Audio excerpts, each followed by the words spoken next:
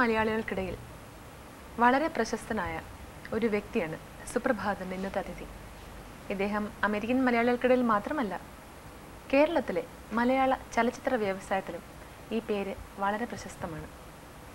വേണമെങ്കിൽ നമുക്ക് ഇദ്ദേഹത്തെ മലയാളി സമൂഹത്തെ കേരളത്തിലെയും അമേരിക്കയിലെയും കോർത്തിണക്കുന്ന ഒരു കണ്ണി എന്ന് വിശേഷിപ്പിക്കാം. അതെ, ശ്രീ സി വിജയൻ മേനോൻ. അദ്ദേഹമാണ് സുപ്രഭാതത്തിൻ്റെ ഇന്നത്തെ അതിഥി. സ്വാഗതം. സാറാണ് ആദ്യമായിട്ട് മലയാള ചിത്രം അമേരിക്കയിലെ പ്രദർശനത്തിന് കൊണ്ടുവന്ന് കേട്ടിട്ടുണ്ട്. ആദ്യം ഞാൻ പോയത് 1970-ലാണ്. അന്ന് ഇവിടുന്ന് എഞ്ചിനീയറിംഗ് ഡിഗ്രി എടുത്തുകൊണ്ട് അമേരിക്കയിൽ പോയി.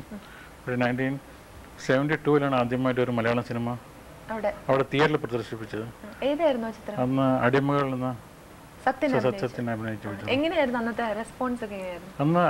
അന്ന് ഏകദേശം 500-600 മലയാളികളുള്ളത് ആ ഏരിയയിൽ. അവരെല്ലാവരും മിക്കവാറും വന്നിരുന്നു. കാരണം അതൊരു മെയിനായിട്ട് ഒരു ഗെറ്റ് ടുഗദർ ആയിരുന്നു. നമ്മുടെ നാട്ടിൽ നിന്ന് 2-3 വർഷമായിട്ട് പോയവർക്ക് ആദ്യമായിട്ടാണ് ഒരു ഗെറ്റ് ടുഗദർ പോലെ ആയത്. അതിനുശേഷം എല്ലാ മാസം കാണിക്കാറുണ്ട് ഓരോ പിക്ചർ. ഇപ്പോഴും ഏകദേശം 30 വർഷത്തോളായി. ശാരദ മുതൽ ശാലിനി വരെയും ടിക്കുറിശി മുതൽ ദിലീപ് വരെയും ചലച്ചിത്ര താരങ്ങളെ അമേരിക്കൻ മലയാളി സമൂഹത്തിന് പരിചയപ്പെടുത്തിയത് സാറാണെന്ന് വായിച്ചറിഞ്ഞു. 1976-ലാണ് ആദ്യമായിട്ട് ഒരു സ്റ്റാറിനായിട്ട് കൊണ്ടുപോയത് അങ്ങോട്ട്. അത് തിക്കുറിശ്ശേട്ടൻ്റെ ലീഡർഷിപ്പിലായിരുന്നത്. അതിനുശേഷം ഓൾമോസ്റ്റ് എവറി അതർ ഇയർ ഓരോ സ്റ്റാറിനായിട്ട് കൊണ്ടുപോകാറുണ്ട്. എത്ര ദിവസം നീണ്ടു നിൽക്കുന്നതായിരിക്കും? ഏകദേശം ഒരു 30-35 ഡേയ്സ്. അതിൻ്റെ ഈ ആർട്ടിസ്റ്റിന് മെയിനായിട്ട് പണ്ടൊക്കെ ആർട്ടിസ്റ്റിനെ അമേരിക്ക കാണുന്ന ഒരു സൈറ്റ് സീയിങ് പോലെയായിരുന്നു ഒരു സ്റ്റാറിനെ. ഇപ്പോൾ അതല്ല, ഇപ്പോൾ ഒരു പെർഫെക്റ്റ് ഷോ മാത്രം ആൾക്കാർ വരല്ലോ. ഇപ്പോൾ അതായത് ഒരുപാട് സ്റ്റാർ ഷോസ് സാർ സംഘടിപ്പിച്ചു കഴിഞ്ഞു അവിടെ. അപ്പോൾ സ്റ്റാർസിൻ്റെ ഇവിടെ നിന്ന് കൊണ്ടുവന്ന സ്റ്റാർസിൻ്റെ പ്രതികരണം എങ്ങനെയാണ്? അല്ല, ഈ പറഞ്ഞ പോലെ ആദ്യം ഷോ കഴിഞ്ഞിട്ട് ഈ പറഞ്ഞ പോലെ ആദ്യം സ്റ്റാർസിനെല്ലാം ഒരു സൈറ്റ് സീയിങ് പോലെയായിരുന്നു അമേരിക്ക. ഇപ്പോൾ ഇവിടുന്ന് അങ്ങോട്ട് വരുന്ന സ്റ്റാർസിന് അവർക്ക് ലൈവ് ഓഡിയൻസിനെ കാണുമ്പോൾ ആ ഒരു പ്രത്യേക ഇതുണ്ടാവല്ലോ. ഇപ്പോൾ മൂവിയിൽ കാണുന്നത് മാത്രമല്ലേ ഉള്ളൂ. അതിന് മുമ്പ് അവിടുത്തെ ജനങ്ങളുടെ എങ്ങനെയാണ്? അവിടുത്തെ നമ്മൾ മലയാളികൾ മാത്രമേ നമ്മൾ എക്സ്പെക്ട് ചെയ്യുന്നുള്ളൂ. അവർക്ക് ഒരിക്കലും ഇവിടെ വന്ന് ഒരിക്കലും അവർ കാണാൻ പറ്റില്ല. അവർക്ക് ഇവരെ അടുത്ത് കാണാനോ ഒന്നും പറ്റില്ല. അപ്പോൾ അവിടെ ആകുമ്പോൾ നേരിട്ട് കാണാനും പിന്നെ ഒരു എന്റർടൈൻമെന്റ്, ലൈവ് എന്റർടൈൻമെന്റ് കാണുന്ന പോലെ ഒരു പ്രതീതിയും കൂടി ഉണ്ടാവും. സാർ ഒരു വിതരണ കമ്പനി തുടങ്ങിയിട്ടുണ്ടല്ലോ, താര ആർട്സിന്റെ പേരിലാണ് വിതരണവും. പിന്നെ ഞങ്ങളൊരു ഫിലിം പ്രൊഡ്യൂസ് ചെയ്തിട്ടുണ്ട് മുമ്പ് 82-83 അമേരിക്ക വന്നിട്ട് ആദ്യം. ഇപ്പോൾ മെയിനായിട്ട് താര ഡിസ്ട്രിബ്യൂഷനാണ്, മലയാളം ഡിസ്ട്രിബ്യൂഷൻ ഫിലിംസും പിന്നെ മലയാളം ഷോവും. ഈ ഡിസ്ട്രിബ്യൂഷൻ ഉദ്ദേശിക്കുന്നത് എവിടെ? അവിടത്തെയാണോ? നോർത്ത് അമേരിക്കയിൽ മാത്രം. അമേരിക്കയും കാനഡയും മെയിനായിട്ട് ഉദ്ദേശിക്കുന്നത്. അടുത്ത കാലത്ത് കൊണ്ടുപോയ ചിത്രങ്ങൾ ഏതൊക്കെയായിരുന്നു? ഇപ്പോൾ ലേറ്റസ്റ്റ് ആയിട്ട് പോയത് ഇപ്പം ഇത് മലയാളം സൂത്രധാരൻ അവസാനം കൊണ്ടുപോയത്. പിന്നെ ഇപ്പോൾ ഇതും കൊണ്ടുപോകാൻ പ്ലാൻ ചെയ്തിട്ടുണ്ട്, മലയാളി മാമന് വണക്കം. പൊതുവെ ഞാൻ നമ്മുടെ പത്രങ്ങളിലൂടെയൊക്കെ വായിച്ചറിഞ്ഞിരിക്കുന്നത് ഹിന്ദി ചിത്രങ്ങളോട് അവിടുത്തെ അമേരിക്കൻ സമൂഹത്തിന് ഭയങ്കര അട്രാക്ഷൻ ആണെന്ന് കേട്ടിട്ടുണ്ട്. ഉണ്ട്. കാരണം ഹിന്ദി എന്ന് പറഞ്ഞാൽ ഹിന്ദി നമ്മുടെ പോപ്പുലേഷൻ്റെ ഒരു 10 ഇരട്ടി അല്ലെങ്കിൽ ഒരു 50 ഇരട്ടി ഇന്ത്യൻ പോപ്പുലേഷൻ ഉണ്ട്. പിന്നെ ഹിന്ദി യങ്ങർ ജനറേഷൻ അവർ ഹിന്ദി പാട്ടും ഹിന്ദി സിനിമയും ഭയങ്കര താല്പര്യമാണ്. നമ്മുടെ യങ്ങർ ജനറേഷന് ആ താല്പര്യമില്ല. നമ്മുടെ യങ്ങർ ജനറേഷൻ മലയാളത്തിലും അത്ര താല്പര്യമില്ല അവർക്ക്. കാരണം ഇപ്പോഴും നമ്മൾ മലയാളം സിനിമ കാണാൻ വരുന്നത് പഴയ ജനറേഷനാണ് വരുന്നത്. മലയാളം പാട്ടുകളോടും പഴയ ജനറേഷനാണ് താല്പര്യം. പുതിയ മലയാളി ജനറേഷന് ഹിന്ദി പാട്ടുകളോട് താല്പര്യം. ഇപ്പൊ ഈ സെപ്റ്റംബർ 11 ഒരു പ്രശ്നം കഴിഞ്ഞല്ലോ, വേൾഡ് ട്രേഡ് സെന്ററിന് നേരെയുള്ള. അതിനുശേഷം അവിടുത്തെ നമ്മുടെ മലയാളി സമൂഹമൊക്കെ എങ്ങനെയാണ്? സെപ്റ്റംബർ 11 ശേഷം എല്ലാവരുടെയും മോശമാണ് അല്ലേ സിറ്റുവേഷൻ, അവിടെയും ഇവിടെയും എല്ലാവരുടെയും. പക്ഷെ അവിടുത്തെ മലയാളി പോപ്പുലേഷൻ സംബന്ധിച്ചോളം അത്ര എഫക്റ്റ് ചെയ്തില്ല. കാരണം മലയാളി പോപ്പുലേഷനിൽ 99% നഴ്സിംഗ് പോപ്പുലേഷനാണ്. അപ്പോൾ നഴ്സസ്മാർക്ക് അൺഎംപ്ലോയ്മെൻറ്റ് ഒട്ടും തന്നെ ഇല്ല തന്നെ പറയാമല്ലോ. അപ്പോൾ സാമ്പത്തികമായിട്ട് അത്ര എഫക്ട് ചെയ്തിട്ടില്ല മലയാളി പോപ്പുലേഷൻ. ബാക്കിയുള്ളവരെ എഫക്ട് ചെയ്തിട്ടുണ്ടാവും.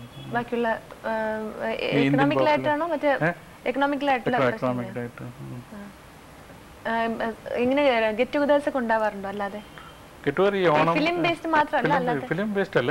ഇപ്പോഴത്തെ അവിടെ കെട്ടുകാർ ഇവിടുത്തെ പോലെ തന്നെ ഓണത്തിനും പണ്ട് ഞാൻ 1972 മലയാള അസോസിയേഷൻ ഇല്ല അവിടെ. ഇന്നിപ്പോൾ ഏകദേശം 3 ലക്ഷം മലയാളികളുണ്ട്. അപ്പോൾ ഒരു 300 മലയാളി അസോസിയേഷൻ ഉണ്ടാവും അമേരിക്കയിൽ. അപ്പോൾ എല്ലാ അസോസിയേഷനും ഒരു ഓണം, ക്രിസ്മസ്, അങ്ങനെ വിഷു അങ്ങനെ ഗെറ്റ് ടുഗദർ വയ്ക്കുന്നുണ്ട്. ഒരിടയ്ക്ക് ഈ അമേരിക്കൻ ഫിലിം ഇൻഡസ്ട്രിയിൽ വലിയൊരു പ്രതിസന്ധി നേരിടേണ്ടി വന്നിട്ടുണ്ടായിരുന്നു. തിയേറ്ററുകളിൽ ആളുകൾ എത്താതിരിക്കുക, അങ്ങനത്തെ ഒരുപാട് പ്രശ്നങ്ങളുണ്ടായിരുന്നു. കാരണം അതിനൊരു കാരണം പറഞ്ഞ ഒരു ടെലിവിഷന്റെ ഒരു റീസൺ ആണ് അന്ന് പറഞ്ഞത്. ടെലിവിഷൻ റീസൺ തന്നെയാണ് ആയിരിക്കും അന്ന്. പക്ഷെ ഇപ്പോൾ ഈ കാണുന്നത് നമ്മൾ ഇപ്പോൾ അവിടെ ഒരു തിയേറ്റർ അല്ല കാണുന്നത്, മൾട്ടിപ്ലക്സ് തിയേറ്റർ കാണുന്നത്. ഒരു ഷോപ്പിംഗ് സെന്ററിൽ 20 തിയേറ്റർ, 22 തിയേറ്റർ, പിന്നെ ഷോപ്പിംഗ് സെന്റർ, ഫുഡ് കോർട്ട് എല്ലാം ആയിട്ട്. അപ്പോൾ ഒരു ഔട്ടിംഗ് പോലെയാണ്, ഒരു ഡേ ഷോപ്പിംഗ്, മൂവി എല്ലാം ആയിട്ട്. അതുകൊണ്ടാണ് ഒരു ടെലിവിഷൻ ഭൂമിയിൽ നിന്ന് രക്ഷപ്പെട്ടത് ഫിലിം ഇൻഡസ്ട്രി. പറയാം, ആയിരിക്കാം. ഒരാഴ്ച തന്നെ 2 ആഴ്ച കൂടുമ്പോൾ തന്നെ ഇഷ്ടംപോലെ ചലച്ചിത്രങ്ങൾ ആഴ്ചയിൽ 2 പിക്ചർ ഇറങ്ങുന്നുണ്ട് ഇപ്പോഴും. ഇപ്പൊ മിക്ക പിക്ചറും നന്നായിട്ട് തന്നെയാണ് പോകുന്നത്. ഓഡിയൻസ് ഇവിടെ അവർ വരുമായിരിക്കും ഒരു സ്റ്റേജ് കഴിഞ്ഞാൽ വീണ്ടും. ഇപ്പോഴും നമ്മുടെ മലയാള സിനിമയിലും പ്രതിസന്ധിയുടെ ഘട്ടമാണല്ലോ. എവിടെയും തിയേറ്ററിൽ പിന്നീട് വരുമായിരിക്കും ഓഡിയൻസ് വീണ്ടും. പ്രത്യേകിച്ചും ഇപ്പൊ സാർ പറഞ്ഞ പോലെ ഒരു ഷോപ്പിംഗ് കോംപ്ലക്സും എല്ലാം കൂടി ചേർത്തിട്ടൊരു സിസ്റ്റം വരികയാണെങ്കിൽ ഒരുപക്ഷെ നമുക്ക് രക്ഷപ്പെടാമായിരിക്കും. പക്ഷെ എത്രമാത്രം പ്രാവർത്തികമാണെന്നാണ് സംശയം.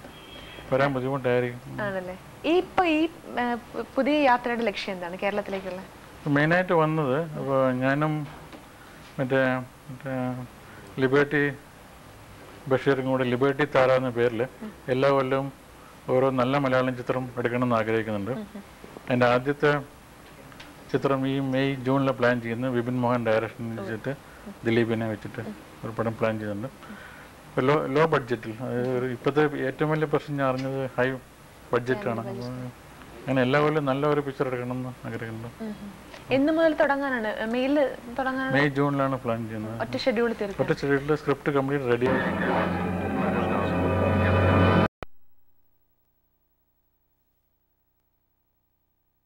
പിക്ചർ കൊല്ലം വന്നാൽ മാറ്റാൻ പറയാൻ ചാൻസ് ഉണ്ട്. സാറിന്റെ സ്വദേശം പാലക്കാടാണല്ലേ? എൻ്റെ സ്വദേശം പാലക്കാടാണ്. പാലക്കാട് നിന്ന് എട്ടുമ്പോഴല്ലേ എത്തനൂർ വന്നിട്ട് അവിടെയാണ് ഞാൻ 70-ലാണ് ഞാൻ ഇവിടെ വിട്ടത്. എൻ്റെ വൈഫ് ഹൗസ് കണ്ണൂരാണ്, കൂത്തുപറമ്പാണ്. അവിടെ ഏത് സ്ഥലത്താണ് താമസിക്കുന്നത്? ഞാൻ ന്യൂജേഴ്സിയിലാണ് താമസിക്കുന്നത്. ന്യൂയോർക്ക് ന്യൂജേഴ്സി ആയിട്ട് ജോലി ചെയ്യുന്നത് ന്യൂയോർക്കിലാണ്. കുട്ടികളൊക്കെ എന്ത് ചെയ്യുന്നു? 2 കുട്ടികളുണ്ട് എനിക്ക്. 2 പെൺകുട്ടികളാണ്. ഒന്ന് താര, പിന്നെ ഒന്ന് മീര. താരയ്ക്ക് 22 വയസ്സായി. അപ്പോൾ ഇക്കൊല്ലം മെഡിക്കൽ കോളേജിൽ ചേരാൻ പോകുന്നു. അവിടെ ഇളയ കുട്ടി +2 കഴിഞ്ഞു. വൈഫ് ഡോക്ടറാണ്, പീഡിയാട്രീഷ്യനാണ്.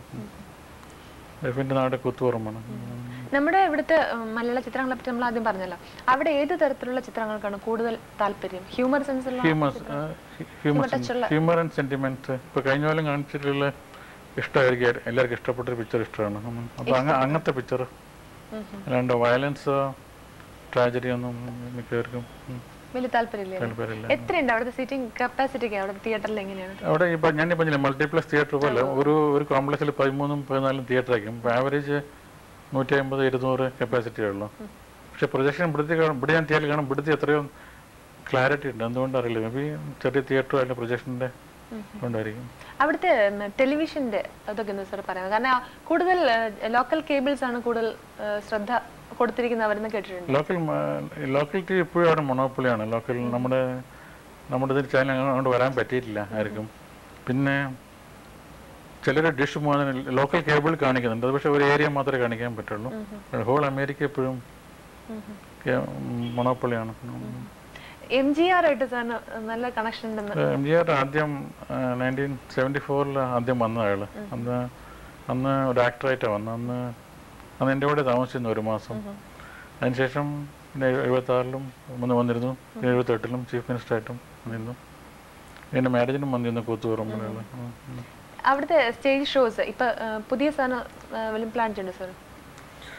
ഇല്ല, പുതുതായിട്ടൊന്നും പ്ലാൻ ചെയ്തിട്ടില്ല. കാരണം ഒരുമാതിരി എല്ലാ ആർട്ടിസ്റ്റും അവിടെ വന്നു കഴിഞ്ഞു. ഒരു റിപ്പീറ്റ് ഓഡിയൻസ് പോലെയാണ്.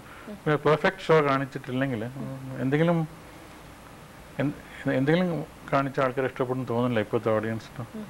പഴയ പോലെ പണ്ടൊരു ഗെറ്റ് ടുഗദർ പോലെയാണല്ലോ, ഇപ്പോൾ അത് പോയി. ഇപ്പോൾ ഒരു പെർഫെക്റ്റ് ആയിട്ട് ഷോ കാണിച്ചാൽ മാത്രമേ. നമ്മുടെ ഇവിടുന്ന് ഒരുപാട് മലയാളി താരങ്ങളൊക്കെ വിവാഹിതരായിട്ട് അവിടെ സെറ്റിൽ ചെയ്തിട്ടുണ്ട്. അവരൊക്കെ കാണാറൊക്കെ ഉണ്ട്. ഇങ്ങനെ മലയാളി എൻ്റെ നെയ്ബറാണ് ഗീത. ഗീത മലയാളത്തിൽ ആക്ട് ചെയ്യുന്നത്. പിന്നെ അംബികയുണ്ട്, പഴയ അംബികയുണ്ട്. പിന്നെ പത്മിനി അവിടെ ഒരുപാട് കാലമായിട്ടുണ്ട്. ഗീത വളരെ ഹാപ്പി ആയിട്ടിരിക്കുന്നു. പൊതുവെ എങ്ങനെയാണ് നമ്മുടെ കുട്ടികളൊക്കെ, അതായത് പ്രത്യേകിച്ച് മലയാളി കുട്ടികളൊക്കെ എങ്ങനെയാണ്, പുതിയ ട്രെൻഡൊക്കെ എങ്ങനെയാണ് അവരുടെ?